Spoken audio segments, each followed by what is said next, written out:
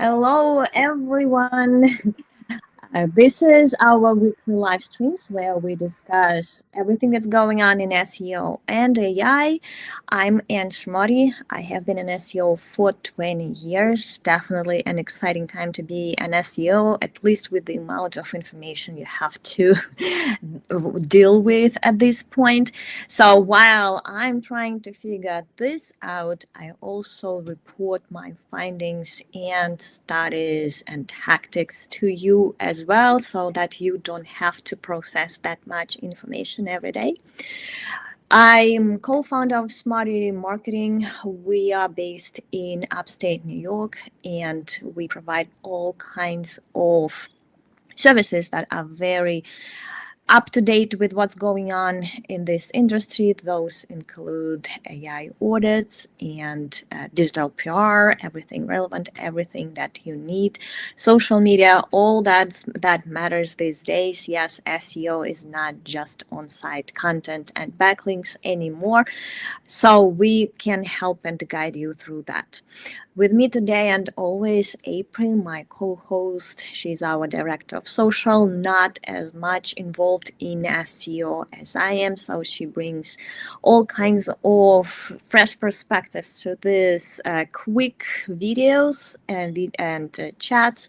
She will also bring comments to this chat. If you have any questions, you can type those in the comments and hopefully we will see them in time and discuss them. So if you have any questions, go ahead and post them. Today's topic is interesting, and in the process of getting ready to this video, I found a few new observations which I'm going to share with you today. First of all, ansmarty.com is where I announce every week. I announce the topic that we're going to discuss and also post a link to join and watch us live and ask questions. Please subscribe ansmarty.com. With that in mind, here is what happened last week. I regularly check ChatGPT fan outs. To anyone who doesn't know what fan outs are, is when ChatGPT is answering questions. It will not just search for the prompt that you gave to it. It will fan out in trying to be more helpful. This is how it started. Actually, Google coined the term fan out, I think, in one of the patents when they were still working on search generative experience inside their labs. They published a patent that would include that AI answers are not just direct answers to your prompt. It is always trying to be more useful. For example, if you're asking about waterproof shoe recommendations for hiking, the answer may include obvious general tips on how to be safe hiking in winter, what to look out for when making your buying decisions, what else you may need to keep yourself warm, and so on. So it is the traditional way we always understood fan outs, and it was in many ways confirmed by how it worked, because you can always see where ChatGPT was fanning out. It was always like that. If you're asking about some brand, it will also search for reviews, it will search for its accomplishments, it will check many sources. So it made sense. What happened last week was that I noticed those fan outs did not make much sense anymore. For example, first of all, they became ridiculously long. It could be 10 words, 15 words. So I posted that observation on my subreddit. By the way, please join SEO for AI, where I curate all interesting studies, news, and other people are also sharing theirs. It's very well curated. I try to ban everything that doesn't make sense there. So it's very tightly focused on just SEO for AI. So I posted that observation there, and some people started commenting that, yep, they noticed that as well. There are even studies, independent studies, that report that they tripled in size. But instead of just being more specific when the longer is specific, they repeat the same words over and over again. So, for example, if you ask for the best lawyer in, say, New York City, instead of fanning out in some interesting direction, like best New York lawyer in something based on the reviews and stuff, they repeat the same thing, so that the fan out would look something like best New York lawyer, reviews, credentials, credentials in New York City, in New York State. So they do not make much sense for the traditional search. And somehow in our industry, we decided that something temporal, we will know ChatGPT has a new model. There's some sort of a glitch. Now, I was just talking a few minutes before this video, I was just talking to a friend, David, and he actually shared an interesting thought that those fan outs are no longer for the traditional search, which makes a lot of sense. We lost April, but I'm sure she will be rejoining us. Makes a lot of sense because no one searches, no one can find anything in Google, anything meaningful in Google, if they use those weird many word queries. I remember that ChatGPT, OpenAI hinted a few times in their documentation, in their discussing new stuff that they are launching about, they hinted they had an internal cache, in which we never took seriously, even though we discussed it. And this looks like they are querying their own semantic search query. Again, if you want to read more about that, and I'm sure between David and I, we will come up with some follow-ups and more discussions about that. It's a very interesting topic. Please check out my subreddit. That is the top post there at this point, the most recent one. I just posted it 30 minutes ago. This is going to be something new in our industry. Absolutely different search engine that does not operate like Google. Could be a good and bad thing. First of all, bad because we don't know yet. We don't have the well-defined playbook for ranking in semantic search. We don't know how what ChatGPT is even querying the index. We don't know much, but trust me, we will share as soon as we know everything here. So join us every Wednesday for these quick chats. So this is semantic relevance, nothing particularly new. There are many tools that can scan your content and see which query matches which paragraphs, retrieve semantic relevance for that, even suggest how you can optimize further. But in reality, we've never dealt with rankings in the semantic search, 100% semantic search, and I will not pretend to be an expert here, but the world never stops, so we will figure this out. Trust me, it's something interesting anyways, because if that's true, if ChatGPT is going to become more independent and rely more on something they're building internally, that is going, at this point, this is going to be a huge influence on SEO. Now, let's talk about the actual topic of today, because when I was writing this week's article, I didn't think about new search engines at all. I was mostly inspired by finding out that ChatGPT is searching for something much longer these days. So today, I'm talking on a different topic about traditional long tail that is meant for traditional search engines like Google and Bing. First of all, still the major source of traffic and visibility is Google. Until that becomes not true anymore, we will focus on Google, whatever it takes. And the problem with Google is also that people are losing traffic. And I see a lot of clients, a lot of leads coming to me saying, how do we revive what we lost?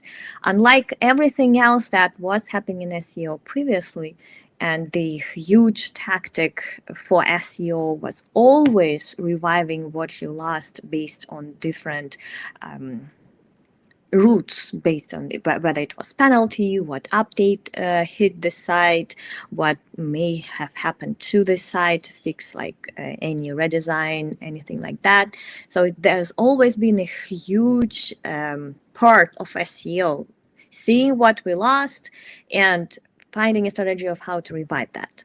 At this point, and this is a hard truth I had an answer that I have to give to all my leads, is that chances are this is not revivable, because in most cases what you lost is not because you lost positions or visibility, but because there is an AI overview showing on top of for that query. So your URL is somewhere underneath that, and it can be everything that those people need. They read the AI answer and move on with their lives. So in most cases, you cannot impact that until Google stops showing an AI overview, though there it's not something you can revive. And the worst thing here is that a lot of those losses are for the key, most important landing pages. Those can be optimized for something short tail that brings a lot of visibility. A lot of money was invested in link building to those pages, about optimizing them. So it's a huge loss in many cases. If you lose just a couple of those pages, that could be 60% of your business visibility in organic search. What I tell clients is that we can't wait for Google to back up on their AI overviews. There is a rumor, by the way, someone is starting noticing that there are fewer and fewer AI overviews showing in Google. So there is some hope that Google will stop showing them that much.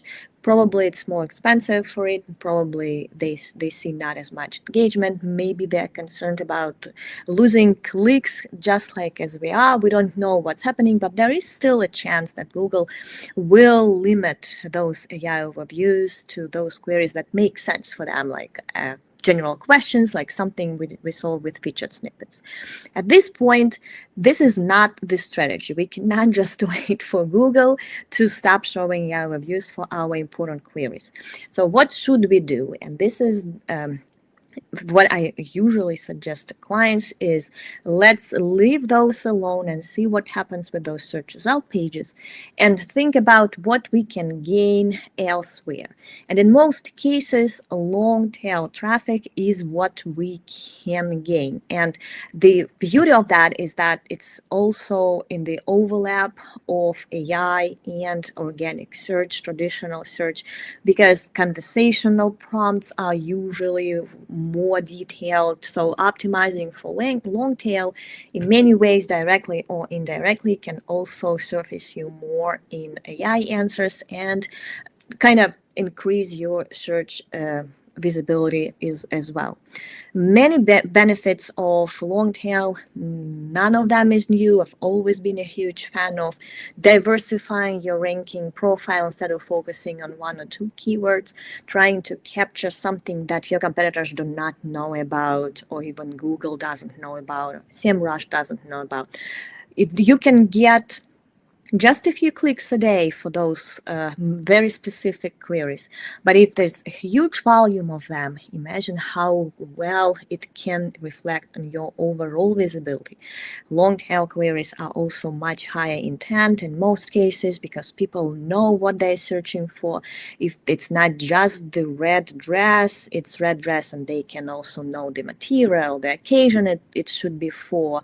It even can include the size. It It can include celebrity name that it was inspired by.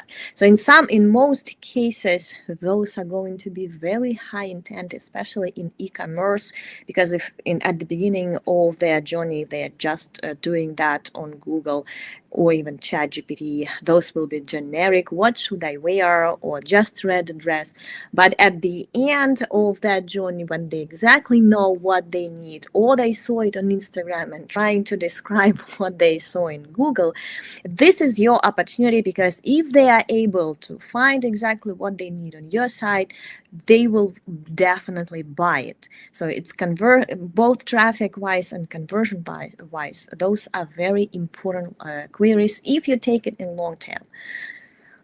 How do we do that is another story. In most cases, it's different, absolutely different, based on the section of the site or the business model. If it's e-commerce site, I would definitely look at the higher level of what we can do across the site. That includes making your product titles much more descriptive, as much as you have information in your database. Structure your titles the way that it can capture a lot of opportunities. It can absolutely internal link building for most websites that I'm looking at. Internal linking is nowhere. The best case scenario, they have navigation and breadcrumbs, and that's it. Someone would have also related products, but that is basically. I would definitely increase internal links on many levels, connecting your content part of the site with your e-commerce part of the site. Usually those are two big islands, not much internal linking between those. There are always, I've never seen a website that doesn't have at least 5 solid internal linking opportunities that are not leveraging. So those are the first thing I'm always looking at, because that's the best thing that moves the needle: internal linking and more descriptive pages. User-generated content always brings a lot of long tails, because people are talking naturally. So how we can utilize those on your website, this is also another question. So there are a lot of ways to take a step back and figure out what you can do with the whole website, not 1-2 pages that are showing some signs of life or rankings, which is usually how SEO works. We take the website, we go to Search Console and see, okay, those 2 pages are top pages, what else we can do with them? Unfortunately, that approach is flawed at this point, because those can go, and relying on just a few pages for your whole ranking and traffic visibility amount is not sustainable anymore, because you can lose that visibility just like that. It takes one AI overview showing for your main keyword where you're getting traffic, and you will lose 20, 30, 40% of those clicks. Diversifying is the best way to go, both for organic search, and it works, like I said, for AI too, because stepping back from how they search, it looks like it can be changing. It is still visibility. It's visibility on many levels, and visibility drives visibility. If you have a lot of long tail visibility in organic search, somehow it will translate in AI overviews, in AI answers. Maybe people will be asking about the specific products that they were able to search in Google, so AI will know that that's something people are interested in. Maybe those signals will bring more visibility on any other, like just more mentions, more links. It's always, and that's something why I'm saying these days, cross-channel is the way to go. I mean, it was like that 10 years ago too, but no one heard, no one was listening, because Google visibility was enough at that point. These days, visibility drives visibility. Wherever you are visible, it may be social media, it will somehow somehow translate in AI answer visibility because people are talking about you. Maybe it's visibility on Reddit. It will translate into AI answers and organic findability as well. So wherever you can, at this point, do not discount any channel that can bring you traffic, brand mentions, and visibility. It's always about being surfaced well enough in many channels so that the third channel would follow. Whether it's organic search visibility, it will translate into AI. Whether it's social media, it's always visibility drives visibility, and that is the biggest change I think SEO has gone through. Many people are asking how SEO changed. Fundamentals haven't changed. We're still create websites that are accessible by robots, that are by bots, that are findable, that are relevant, that are easy to understand, easy to retrieve information from, whether it's a crawler with a search bot or the AI agent. Those fundamentals haven't changed. What has changed, and not many people are talking about that, is that you need to develop a lot of channels to be optimized for organic channels as well. And it includes organic visibility for your products or for your long tails, because there's still opportunity there, and this is your, I hope, 2026 plan. You will be inspired to look at your site and see how can I generate more organic, long tail organic visibility. This will probably can save your business going forward. So I apologize. There were like two topics. I didn't expect to cover semantic search at all, but it's an interesting discussion. I would love to know your thoughts about that. I will be sharing more on that on LinkedIn, and I'm hoping we will observe more of what's happening. If it's something we noticed and we are right about, this could be a huge change. Not that we have answers yet, but knowing about what's going on is step one to understanding what to do about that. I'm ready for your questions. I know April has some, but if you have any questions, please comment, and we will hopefully get them and feature and discuss them as well. We have a great question from Seamus. In your experience, what actually improves your brand's visibility in AI responses? Schema mapper, reviews, content? $1 million question, right? I will. Everyone is trying to figure that out. I will share what I think, but it may be changing. Like where I started my discussion today is something is brewing, something is going on there, which may change what I think now, and it's a pleasure to be alive at this point, because you can go back 1-2 years to what I thought at that point. It's changing with time and with technology. I don't think it's a bad thing. At this point, what drives AI visibility? Organic search drives AI visibility, 100%. Yes, you will hear about things like there is only 30% overlap between AI answers and organic rankings. We are missing a step there. We really don't know what those LLMs are additionally searching from, but 30% overlap is a huge overlap. Nothing else works that well. Even if it's just 30% overlap, I have my theories why, where ChatGPT finds other URLs, like they are partners that they also include in the answers. But 30% of overlap is a huge overlap. And so organic is the organic search at this point. Again, if they have their own search engines, that is going to change. But at this point, organic search drives AI answers in many ways. So that is something I would definitely start with, seeing what you rank for and trying to even like search a prompt for something relevant in ChatGPT, Atlas, Gemini, wherever you, the more the merrier. I always query a few platforms because they all show different results. In my observation, Atlas is much more Google driven than native ChatGPT, but also ChatGPT is not the same as ChatGPT API because ChatGPT is personalized. So there are many, many levels to check, but 30% is a huge overlap. So I would still focus on AI, on organic search visibility. Another thing what drives is definitely being everywhere and contextually being everywhere relevant, very relevant to what you want to sell.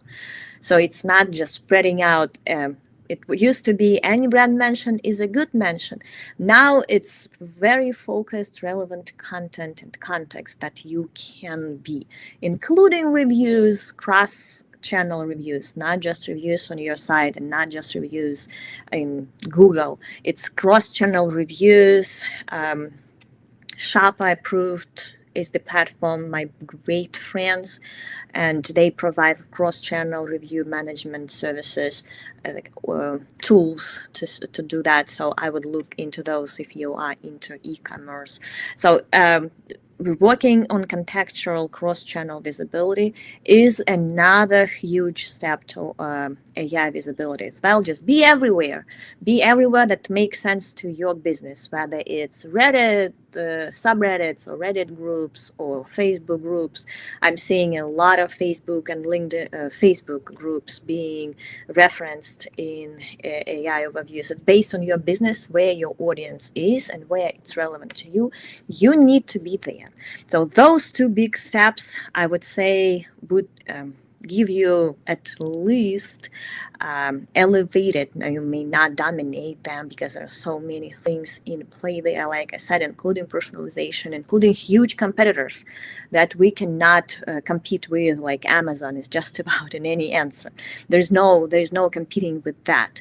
But those two things, a lot of studies show that tightly relevant, high-quality websites may overrank in visibility huge sites like CNN, just because CNN is all over the place and it's not that easy for ChatGPT to pull relevant information from it. So tightly relevant wins, and also organic visibility is a huge step to that too. My opinion for today. We will see what happens in a year. How would you recommend a new company start getting user-generated content like reviews? Well, depending on how new that company is, if you have at least some customers, you can always reach out to them and ask for reviews. So the strategy is based on where you are at your starting point. If that's the new startup, I would definitely go to things like Reddit. They have huge subreddits where you can ask for feedback, for reviews, to try and see honest review. I would, in my subreddit, if it's an AI SEO startup, I always let those go live, even like I'm blamed for like allowing self-promotion. In my view, if it's transparently self-promotion, if people are not trying to sneak in some brand mentions inside comments or somewhere else, I would allow that. So be aware your customers are discussing something similar and ask for feedback. Usually it works very well. If you need advice, you can always reach out to us, Smarty Marketing. We are very well knowledgeable about launching new stuff and doing that right on Reddit and elsewhere. So that is something to always keep in mind if you are in doubt. I do have a free phone call option over at Smarty Marketing. You can just brainstorm with me for 15 minutes and know what the roadblocks you're looking at. It's always definitely here to help. I wish I could do more than 15 minutes, but at least I can do that. Do we have time for another question? Yeah, we can do one more minute. Okay. So how do you find, I guess we already kind of addressed that. This was going back to like the beginning about long tail keywords. Like, are there any drawbacks to including too many long tail keywords in one piece of content? Depending on the long tail keyword, if it's a product page, definitely the more you can, that makes sense for this page. If it's red dress available, what available options they are, like whatever you can for that product page, I would try and optimize for that, because long tails are long tails. I know Google many years, 4 or 5 years ago, told us that 10% of queries every year are new queries. Google never saw them before. So there are people are searching in diverse ways. I'm sure that's much worse these days when people are trained to prompt, to ask questions. So they would type even more, or just voice search and voice prompting. People are trained to search very descriptively. So instead of trying to pick those keywords and optimize for them, I would capture as many variations as make sense for that page. Think which problems the product is solving and for who. Sometimes it's adding for baseball players, or for school coaches, or for just adding that for someone, and even list them in the title several audiences that that product is meant for, may help you in many levels, for people searching for gift ideas, for searching for prompting about a friend who is in that activity. That is helpful manual. So think higher level of SEO. Like, it's very hard to optimize your blog for long tails, for example, because you can cover the topic in much detail, but you have to be focused on the topic, and you may be not even thinking what else, how else it can be searched.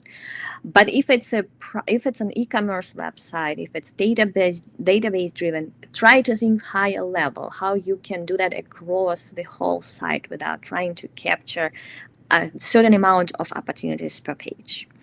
Hope that makes sense. Again, nsmarty.com is where I provide tools on how to get some ideas or find your current opportunities, as well as some more ideas on how to optimize for. So check out nsmarty.com. Don't forget to subscribe and come back next Wednesday, 1 p.m. EST. I think we have, maybe that could be the last one before the holidays. Maybe that we will have two more, but next week for sure. And then we will announce this if we are having a break.